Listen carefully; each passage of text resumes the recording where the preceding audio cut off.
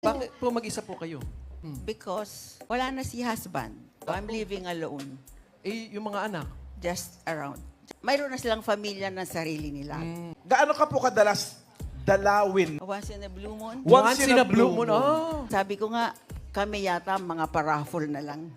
Kasi, kasi I think I have to be alone kasi ayoko naman tumira sa mga anak kasi may mga manugang yon. Hindi nila alam ng mga anak ko na nandito ako.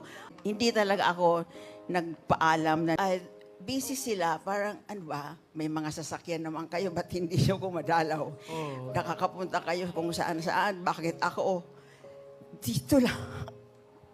And then yung lumalabas kayo, parang hindi na ako maalala. But hindi naman kasi ako mukhang kawawa. Kaya binabaliwala na lang nila ako. Parang feeling ko lang